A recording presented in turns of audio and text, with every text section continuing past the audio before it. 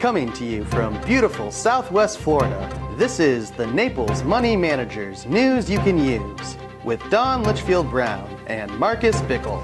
Welcome to the Naples Money Managers News You Can Use. It's almost Halloween, so as usual, some of us try to play the part. I have a confession. I promised everyone last week that I would be dressed as Peter Pan today. Yep. My son had his trunk or treat on Friday. I was in charge of the ring toss at our booth, and as it got late, they got hot out. I took the hat off, I took the belt off, and I left them there. You're not getting away with it. Next week, you're going to have to be Peter Pan. Oh God. Okay, I'll see what I can do. That's fair. That's fair. Right? I think that's fair. I'm in the usual those fail-safe flapper costume that you can just throw together when you need something really quick. I was going for Cleopatra, but it was buried.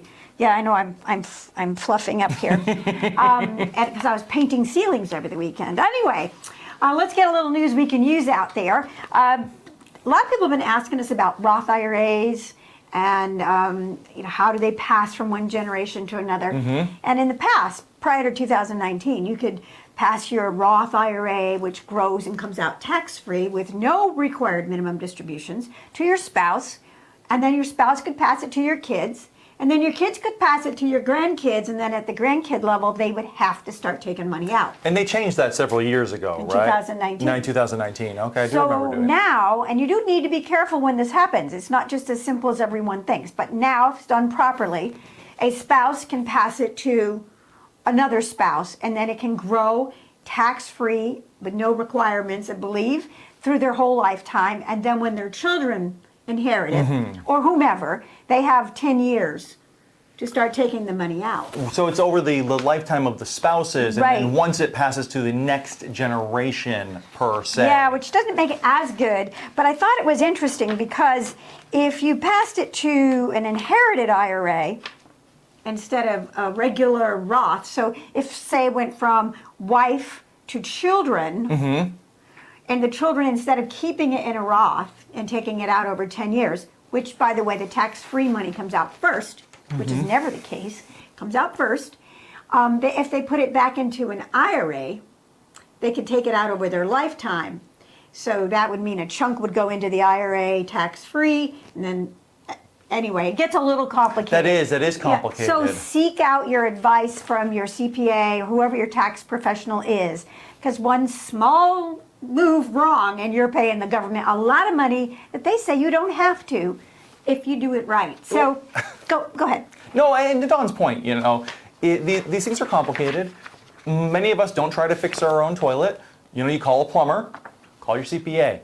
These things are important. True. He's right about that. And remember, in 2025, all the current tax laws are going to be sunset. Mm-hmm. They're going to revert back to the way they used to be, which is right now you can pass something like $12 million each person, if it's a husband and wife, to whomever you wish, estate tax-free. That's likely to change and go back the other way. I think back toward $5 million, $5.5 million each. Oh, wow. Still not chump change. No, but definitely not. It's a big change if you're doing your estate plan.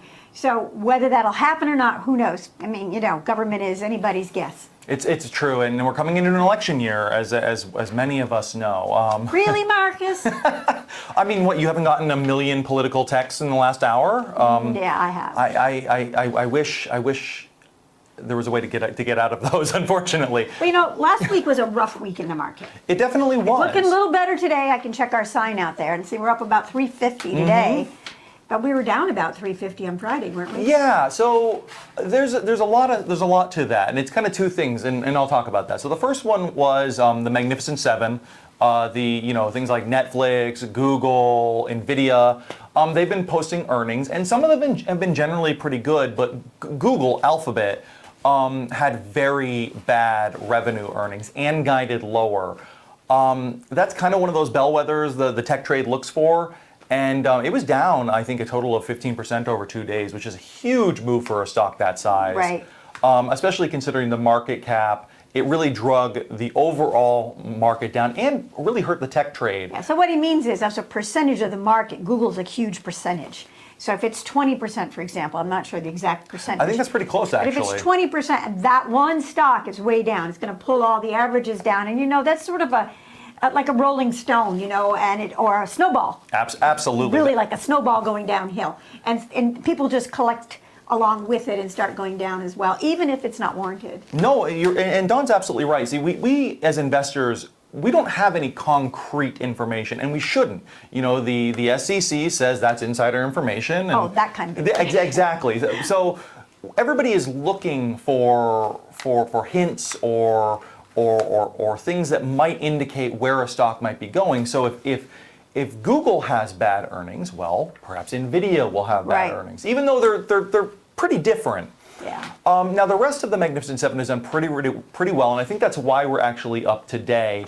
At the end of Friday, Amazon posted earnings, and they were really good, and they didn't guide particularly lower going into the end of the year, which I think a lot of people are looking for. Did you see McDonald's this morning? Yeah, they had really good earnings, but they're kind of getting beat up now that the market's open, which is interesting. They had good earnings, but not because they sold more Big Macs. It's because they raised their prices. Oh, that makes sense. They raised their prices, and so now their revenues look really good. Which, to that point, when I started here, which is 10 years ago now, so I guess that's a long time. But when I started here, 3 cheeseburgers, no pickles, and a large Diet Coke at McDonald's was $4.25.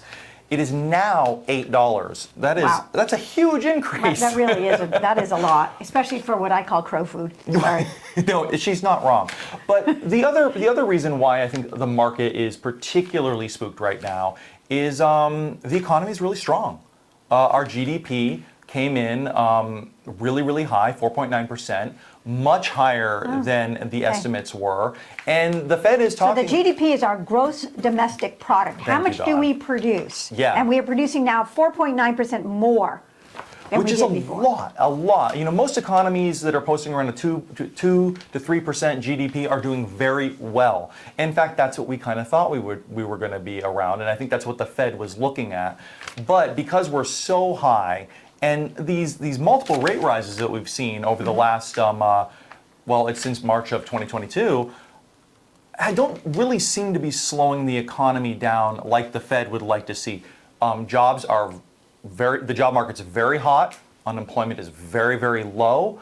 The recent strike that ended with the UA Except for GM. No, they came in tentatively this morning. Oh, they did come in this morning. Yeah, and that's going to be a huge increase for those workers. So that kind of thing that we're talking about, wage inflation, as people have more money in their pocket, they buy more.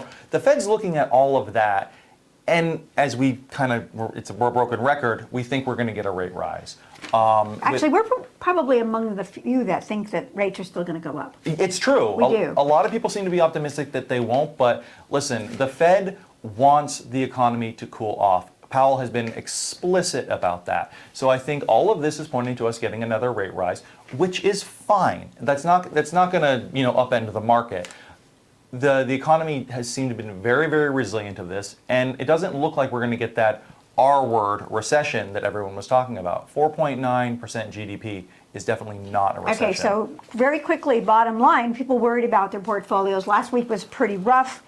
Actually, there's a chart I want to put up next time that shows our performance against the indexes since the high in 2021. I think what'll be pretty awesome for you to see the stability of our portfolio. But how do you feel you can manage with our covered calls and puts that we use this kind of volatility? Well, I think that first off, that's a great question. And yeah, the extra income brought in by our options really does temper the volatility that we've seen. In the third quarter, the S&P was down 3.5%. Most of our portfolios were down less than 0.5%. That's pretty darn good. And that's what we're continuing to look at, as well as some tax efficiency, trying to take some losses, push some gains out into next year without affecting the overall return, Absolutely. which is kind of key. But I think that's it for today. This is Money Matters, but most of all, most importantly, have a great Halloween. Have a great one, y'all.